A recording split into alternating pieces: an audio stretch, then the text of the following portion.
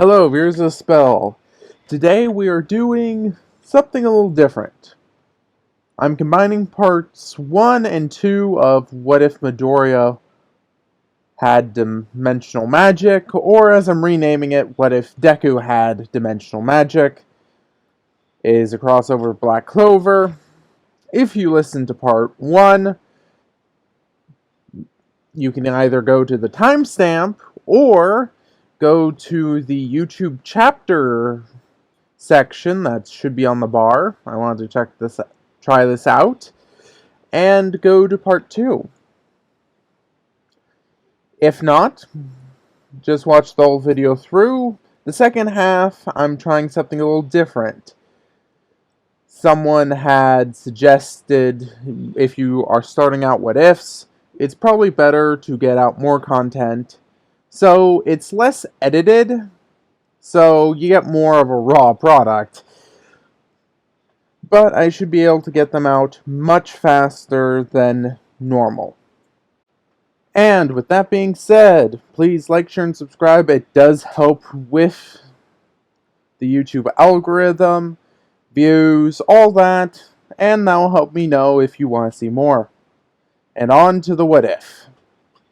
Our story starts off with a young Izuku walking with Bakugo and a couple of Bakugo's friends. Bakugo hadn't yet begun treating Midoriya too harshly. He had already given them the name Deku and started treating him poorly, but it wasn't to the breaking point yet. Izuku and them would be walking through their woods trying to catch bugs. Bakugo would call Deku pathetic for not being able to catch any, holding up a clear container with several, and calling him Deku. Izuku would just feel his anger welling up a little. He would just tell Bakugo, "Stop calling me that!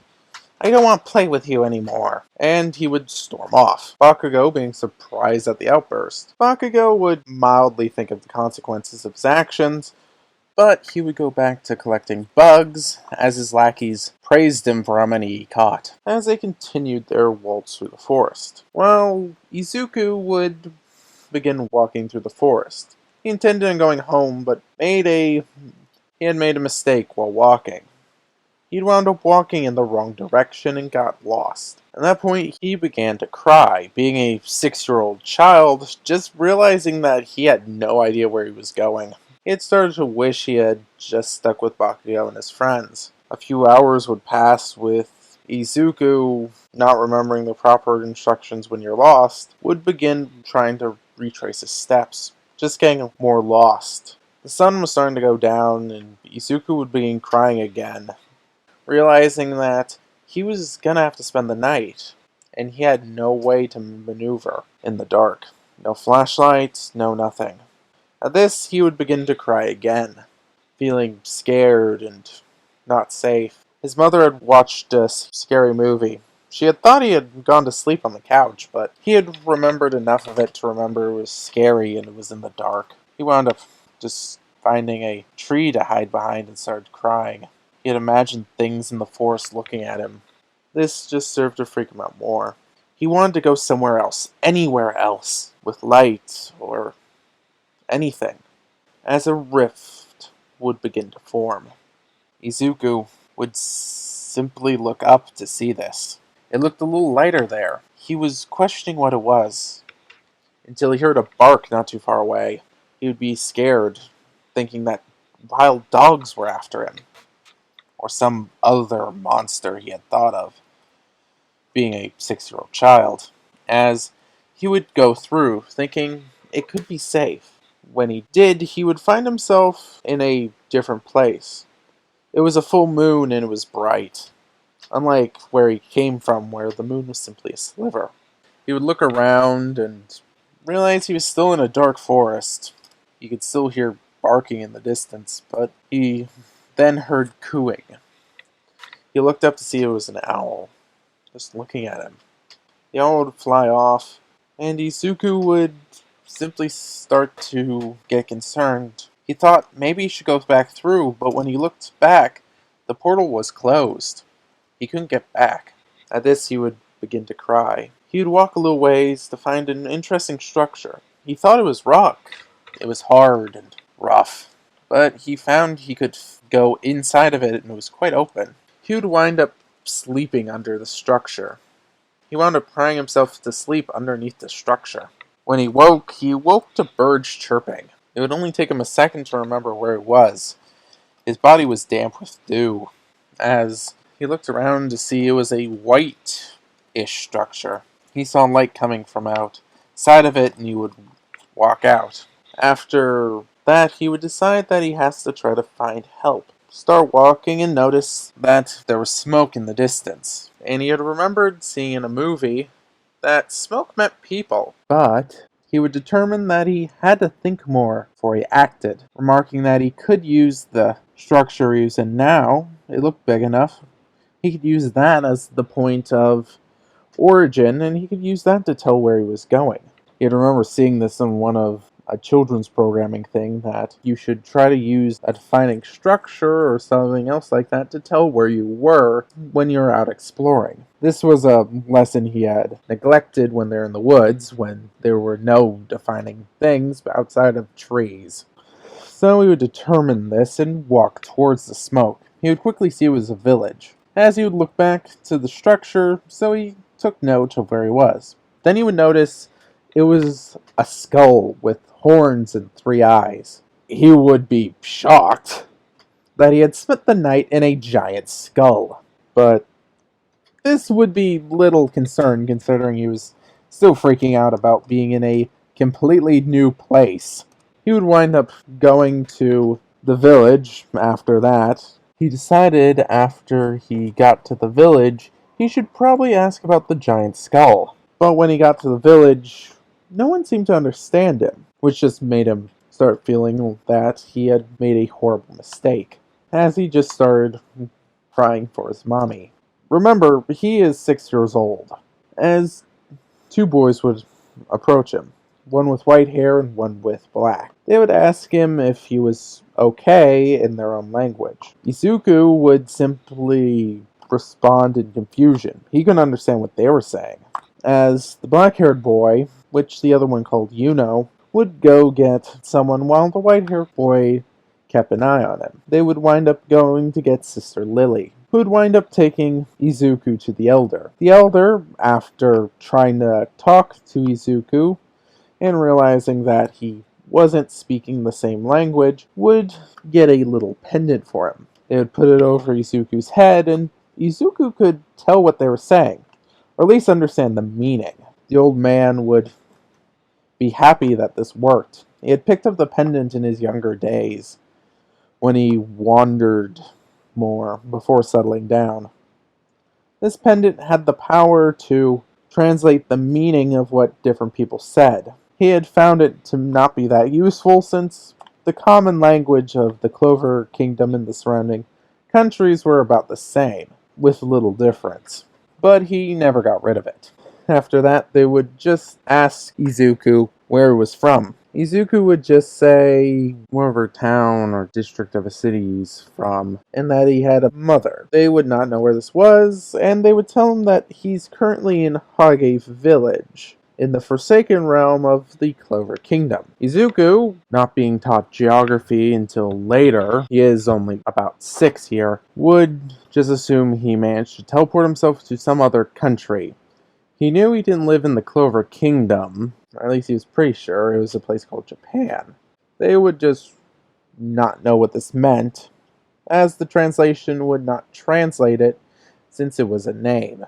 The old man would think about it, as he asked Izuku how he came here. Did someone push him through a portal, or did he make one, or anything like that? Izuku would answer with the first little bit of the what if. The part with him going through the portal and waking up in the woods nearby. The old man would just nod, saying that it must have been a spatial magic accident, and that Midoriya probably had spatial magic. Midoriya, just being confused, would ask if he meant quirks. The translator would translate to the equivalent, as Sister Lily and the Elder would just look at each other and just assume that he meant magic. Sister Lily and the Elder would just look at each other and nod and just tell Midoriya that here it's just called magic.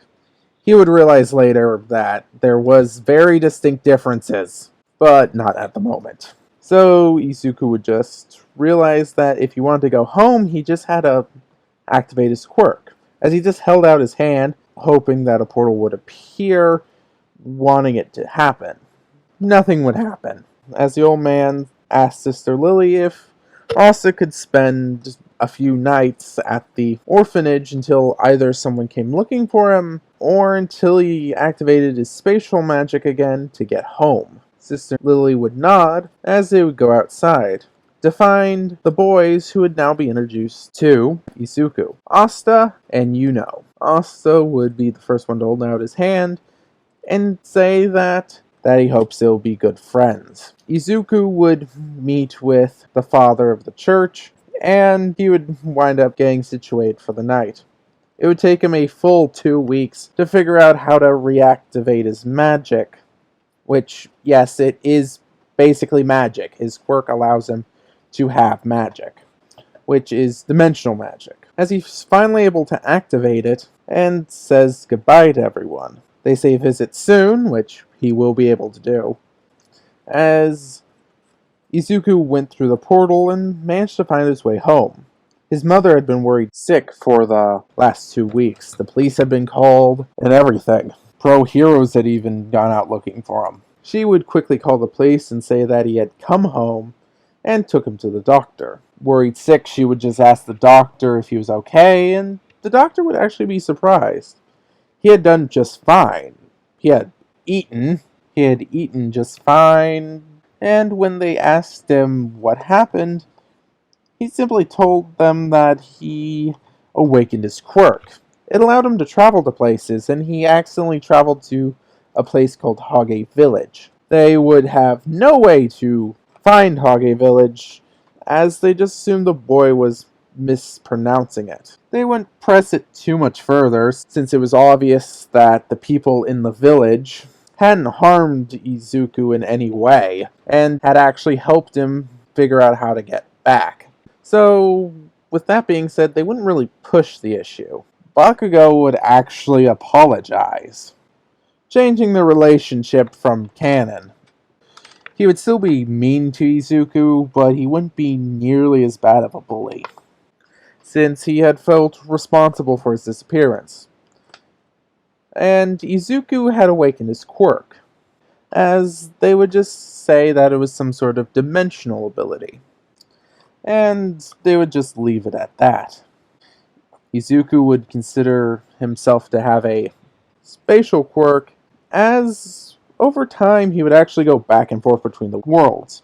His mother had picked up gardening during the 2 weeks he had disappeared to try to relieve stress. He would wind up actually selling seeds and whatnot to the villagers of Hage Village and some of the surrounding area, as he figured out that he actually was able to travel to a fantasy world.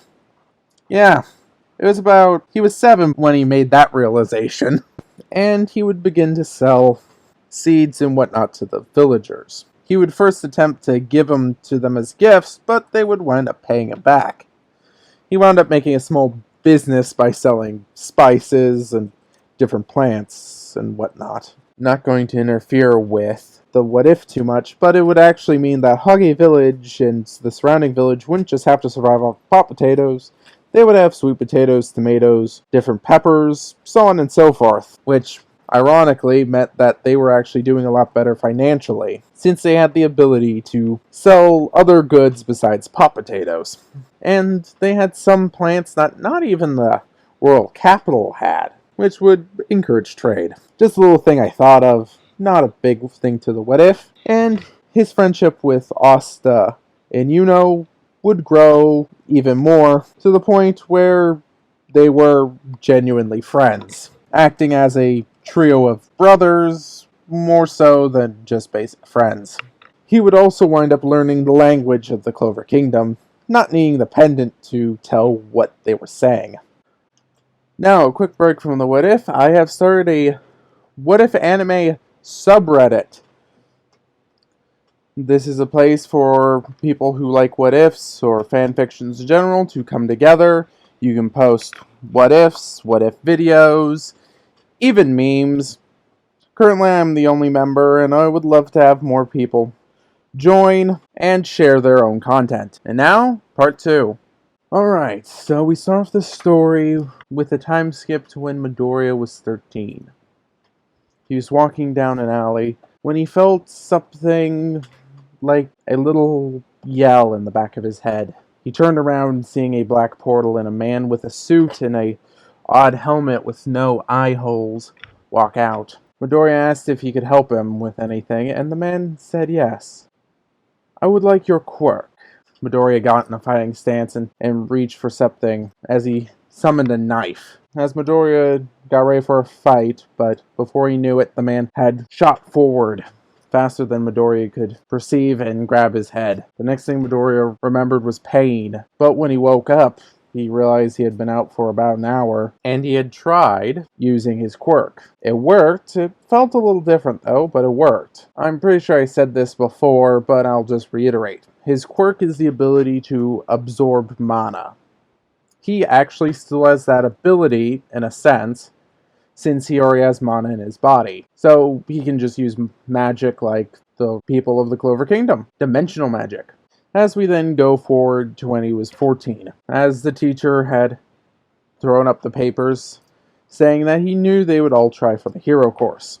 The students cheered and roared in excitement, except for 2. Bakugo, who jumped up on to his desk, saying, "Don't let me in with these extras. The best they'll do is being a sidekick for some D-lister. I'm gonna become the greatest hero, even greater than All Might."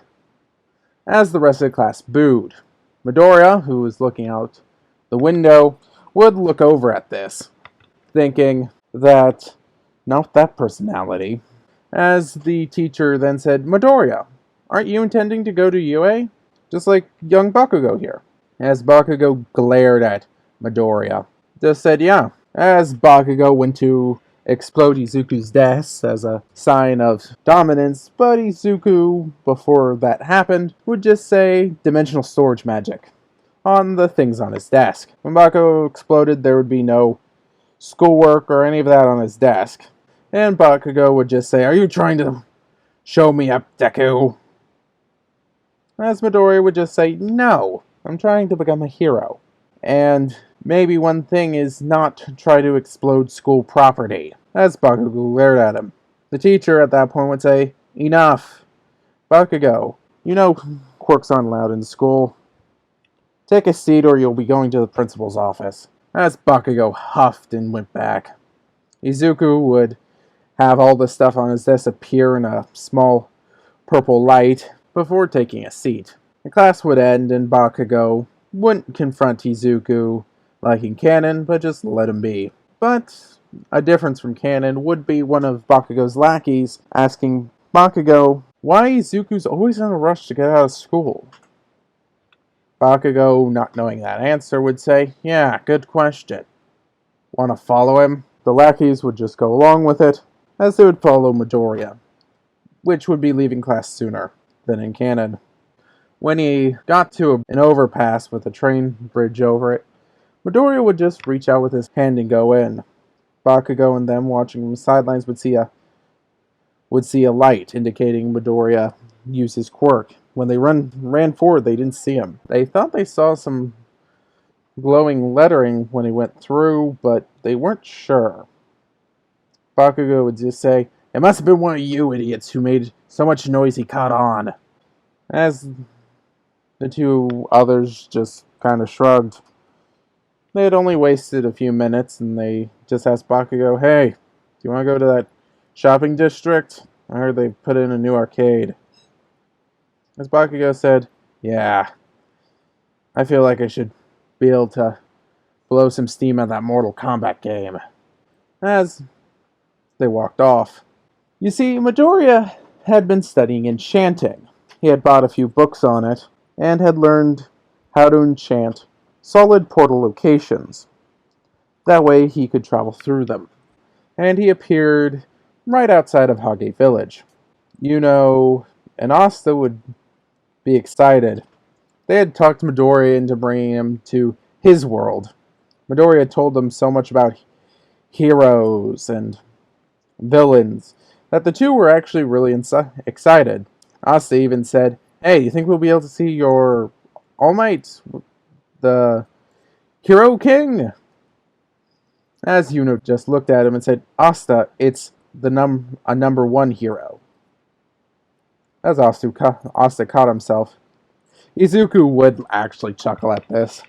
Back when he had to wear the pendant before he actually learned how to speak in the language of the Clover Kingdom, there were all kinds of little inconsistencies he realized had happened.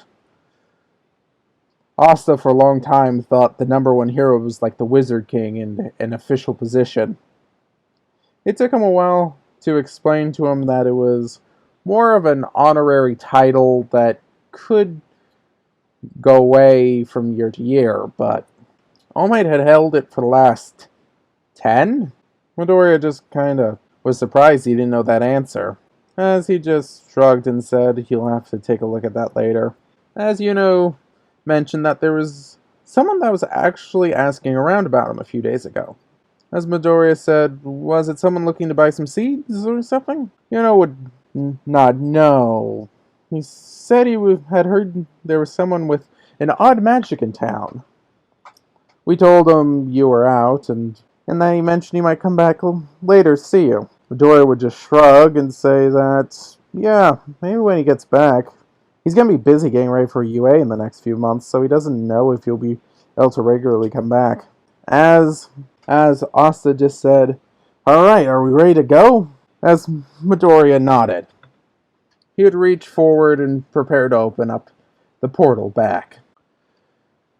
As the three of them went into the purple doorway that appeared, a figure watched from a distance with yellow hair.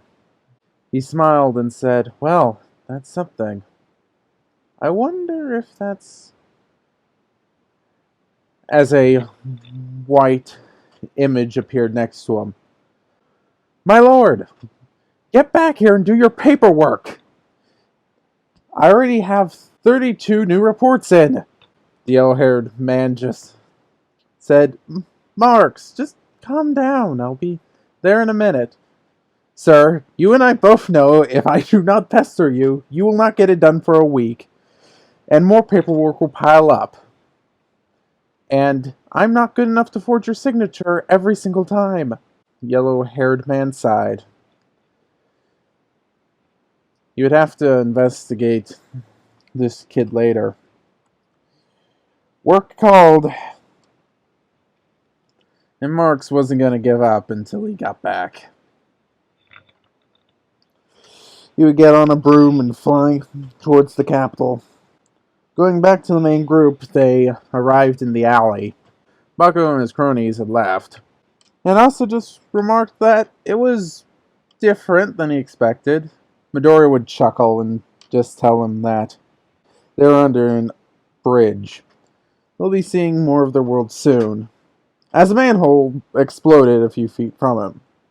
All three of them turned, with Asta asking if that's normal, just having things explode from the ground. Midoriya would say no, as green sludge would emerge. The green sludge would just say, "Hey, I'm just gonna go ahead and steal your body." Or body. As all three of them just looked at him. He would jump towards Asta, the closest one to the manhole cover, as obliterated him with air. Asta would jump back, now out of the reach of the monster, as Midoriya charged up a ball of mana in his hand and fired it. Called it his mana shot. As the orb impacted, the sludge was blasted back by just the raw force of the energy that had attacked it. If you're wondering how he can do this, it's pretty simple. Rades, the same one who uses Wraith magic, also has a cursed orb he can throw that he doesn't need a spell for. It's similar for Midoriya's mana shot. Problem is, it's not that powerful. As the sludge monster just shrugged off the mana shot 2 seconds later, Midoriya would start wondering what to do as All Might appeared from the sewer and quickly one-shot their opponent. Midoriya would begin fanboying, and Asta would ask him if this was All Might. Midoriya would just tell him yes, as Asta decided he wanted to ask him something. Could someone without any magic, or as the pendant would translate, quirk, become a magic knight, or as the pendant would refer to it, hero? All Might would sign Midoriya's notebook, and Asta would ask him this. All Might would pause for a second. Internally, he would debate what he would say, but he also could feel his time limit coming up. He would tell Asta that it was far too dangerous, and that he might want to look for a less dangerous profession. Midoriya would be shocked at this response. All Might was always the person who said anyone could be a hero, as All Might jumped away with a surprisingly forceful jump. Asta would look to the ground and be discouraged, but also just immediately pull back up. This was just someone else he would have to convince otherwise. Midoriya would help encourage him, as Yuno wasn't sure what to say. Both him and Midoriya felt like they were debating whether or not they should encourage Asta to become a Magic Knight. They didn't want to see his dreams crushed, but they didn't want to see his friend hurt either. Midoriya also debated whether or not he should just see if Asta failed the Magic Knight exam, if he should try out for UA. He had seen Asta's physical strength in action, and if someone didn't know better, they would probably say he had a strength enhancement quirk. But Midoriya would just say, how about we get some to eat? I know a good place. As they would walk off. Unbeknownst to All Might, the sludge villain would escape and, like in canon, cause a ruckus. Our trio of three would arrive there and find Bakugo being trapped. Midoriya would see this and debate what to do. Maybe he can use one of his spells to get him. The heroes were at disadvantage. Yuno would look there surprised, waiting for a cue on what to do, whether these heroes should handle it, or if, since no one else was approaching, Yuno would just assume that these people were supposed to handle it, and Asta would run forward, ready to save the person. Midoriya would follow 2 seconds behind him, and Yuno would just shrug and follow soon after. Asta would run forwards with surprising speed, dodging one of the sludge attacks. Midoriya, using one of his other skills called Dimensional Slide, would get behind the sludge villain and try to pull some of the sludge away from Bakugo's face. As the sludge villain realized Midoriya was there and tried to smack him, Asta would actually come in for a kick, managing to take out one of the sludge monster's eyeballs, which the sludge villain just simply yelled in frustration. He was about ready to smack them both away when Yuno just followed up with concentrated wind attacks he would normally use to cut wood, but used it to sever the appendages the sludge monster had shot out. The sludge monster howled in frustration now. The fact that these three had shown up again and were managing to actually cause more damage than the heroes. All Might, who had arrived in Small Might form, would appear and question what to do. Seeing the trio of three he had just stopped earlier would fill him with shame. Shame that he wasn't willing to push himself further to save another person, as he buffed up and ran in, blowing away the sludge monster. Like in canon. Yuno, Asta, and even Midoriya would all be in awe of this power. As Asta said, "Wow, I bet he could rival the captain, or maybe even the Wizard King." As Yuno was left speechless. Meanwhile, Midoriya would also be speechless until he heard a man saying, "Hey, kids, you shouldn't have," as Midoriya panicked. Yuno and Asta had no paperwork and nothing. Even if he just said that they were foreigners, if they couldn't find any paper, that would raise too many questions. As he walked up and quickly grabbed both of them by the shoulders, he would just say, "Greater teleportation," as a purple light would envelop them all and teleport them away. All Might would just, as the other heroes thanked All Might and were hoping that those kids wouldn't become vigilantes or something like that. But they managed to not get a lecture, as the heroes both praised and gave a small lecture to Bakugo about not overdoing his quirk, since a lot of the fire was his fault. Bakugo would just wonder who those two with Midoriya were, as he silently thought whether or not he should thank Midoriya. All Might would just get swarmed by paparazzi, and he would give them the escape. Several alleys over, our trio would be walking. Midoriya would actually apologize for their view of his world being a villain attack and some food, but mostly a villain attack and having to run away.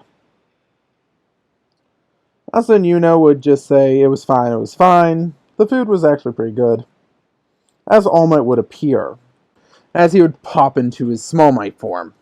All of them would be shocked, and even Yuno would go from a stoic face to a surprised face.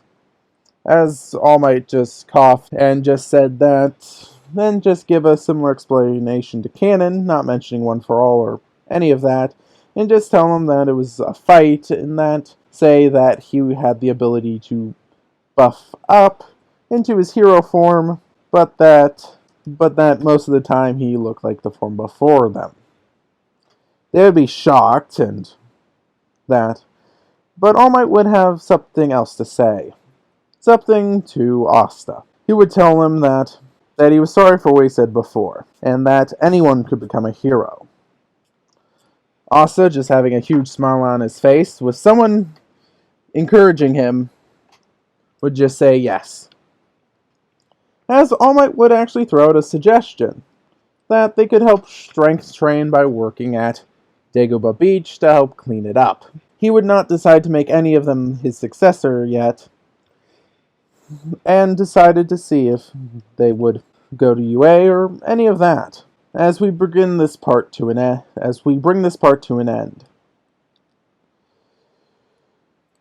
Alright, so that's it for part 2. I'm doing this in a little bit of a different format, doing a little less editing, so I can get more content out. It will be a little bit longer videos. Like in the opening bit, I have begun a What If anime subreddit. I will have the link in the description, and a couple questions for viewers. One of which is whether or not you think Midoriya should get One for All, or if I should give it to someone else.